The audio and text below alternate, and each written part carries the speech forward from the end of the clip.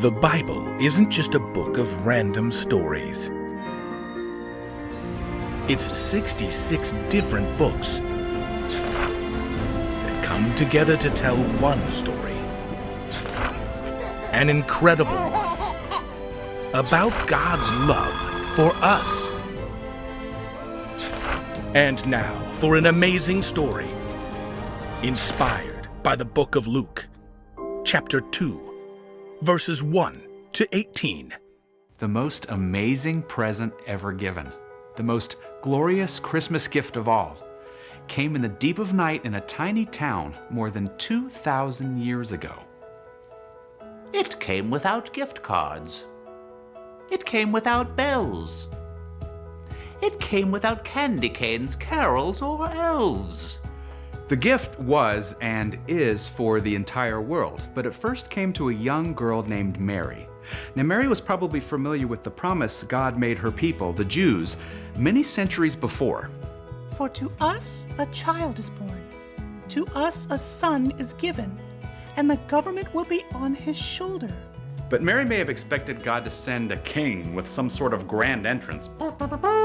So you can imagine her surprise when a messenger of God showed up in a towering blaze of light. Mary, What? Who are you? do not be afraid. God is very pleased with you.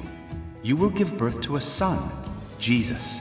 He will be called the Son of the Most High God, and will rule forever his people. How can this happen? The power of the Most High God will do it. I serve God. Let it happen as you say.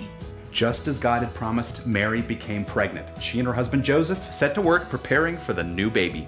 See? I embroidered a little lamb on this blanket. We can set this cradle right here by the bed.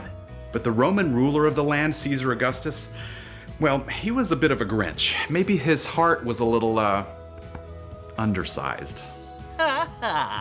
Caesar ordered everyone to return to the town their family came from so they could be counted, and to pay more money to the government. We've got to go to Bethlehem. But that's a week-long trip. This baby could come any day. Still, Mary and Joseph set out on the long, rugged journey. Perhaps Mary rode on a donkey's back, which was anything but first-class seating. When they finally got to Bethlehem, they did not find luxury accommodations. Bless your heart. We've packed in tighter than a bowl full of cheesy grits. No room. But Blimey, I can sell you a spot of tea or some fish and chips, but I got no place for you to keep. We just need every bed is spoken for. But I can offer rudimentary housing amongst my livestock. Should you so desire, we'll take it.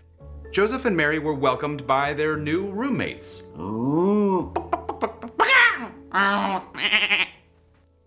Plenty of straw. A bit scratchy, but it will do.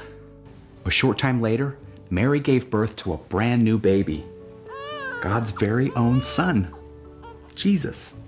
The most amazing gift they found couldn't be purchased with gold, because Christmas, you know, is a greater story to be told.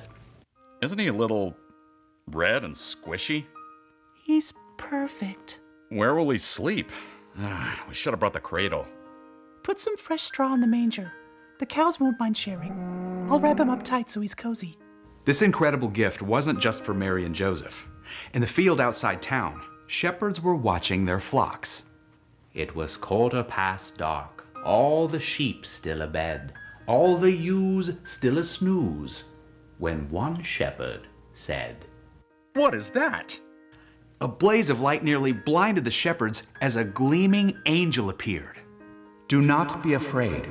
I bring you good news. It will bring great joy for all the people.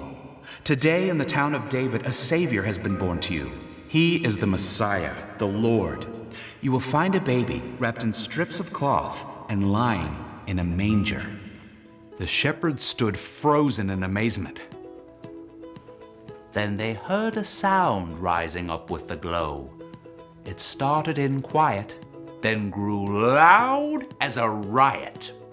A huge choir of angels appeared in the sky, crying out, may glory be given to God in the highest heaven, and may peace be given to those he is pleased with on earth. Then the angels disappeared. just as quickly as they had arrived. The shepherds stared at each other stunned. Then, they nearly exploded with excitement. In Bethlehem? Let's go. Gotta see, gotta know. God's told us just so. Then the shepherds said, "Run!" and their feet started down towards the homes where the folks lay a snooze in their town. All the houses were dark. Quiet stars filled the sky as they came to the first little building nearby. There's a light. What a sight! God told us just right. Mary and Joseph welcomed the shepherds inside. The rough sheep herders were so overjoyed to meet the new baby that when they left, they shared the good news with everyone they met. God sent his son, a baby boy. He's come so all can have great joy. He's a better gift than any toy. Everyone who heard the story was amazed because they were some of the first people to discover God's greatest gift to the world. A gift that came without eggnog. It came without bells. It came without gingerbread, reindeer, or elves. And because God gave, the world will never be the same.